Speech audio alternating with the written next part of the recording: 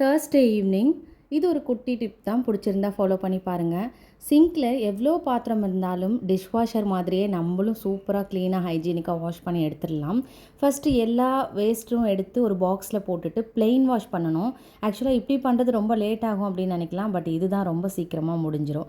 First எல்லாத்தையும் plain wash பண்ணி சிங்க்கை நல்லா க்ளீன் பண்ணிவிட்டு அதுக்கப்புறம் பாத்திரம் எல்லாத்தையும் தூக்கி அதில் போட்டுட்டு அப்புறமா நம்மளோட ஸ்க்ரப் யூஸ் பண்ணி இருக்கிற பாத்திரத்தை எல்லாத்தையும் ரொம்ப குயிக்காக ஃபாஸ்ட்டாக வாஷ் பண்ணிடலாம். ஏன்னா ஆல்ரெடி க்ளீனாக இருக்குது வெசில்ஸு, ஜஸ்ட் வாஷ் பண்ணி எடுத்தால் போதும்.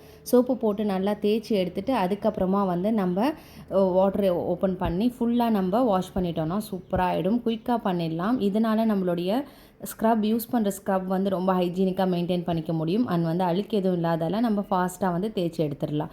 அண்ட் நம்ம எல்லார் வீட்லேயுமே இந்த மாதிரி ஒரு பாத்திரம் கண்டிப்பாக வச்சுருப்போம். இதை விட பெருசாக இருந்தால் கூட நல்லா தான் இருக்கும். குட்டி குட்டி ஸ்பூனு, பவுலு, கிளாஸு அதெல்லாமே அப்படியே மொத்தமாக தூக்கி கூடையில் வாஷ் பண்ணி போடாமல் இந்த மாதிரி ஏதாவது ஒரு பாத்திரத்தில் போட்டு அப்படியே எடுத்துகிட்டு போய் அதை நம்ம கூடையில் வச்சோன்னா நமக்கு ஏதாவது அர்ஜென்ட்டுக்கு தேவைப்படுதுன்னா அந்த பாக்ஸை மட்டும் எடுத்து ஸ்பூனோ இல்லை வேறு எதாவது கரண்டியோ நம்ம அதுலேருந்து எடுத்துக்கலாம். நம்ம சேனலில் நேற்று ஒரு லாங் வீடியோ அப்லோட் பண்ணியிருக்கேன். இங்கே சேனல் நேமுக்கு கீழே அந்த வீடியோட லிங்க் டேக் பண்ணுறேன். ஃப்ரீ டைமில் செக் பண்ணி பாருங்கள். பாய், நாளைக்கு பார்க்கலாம்.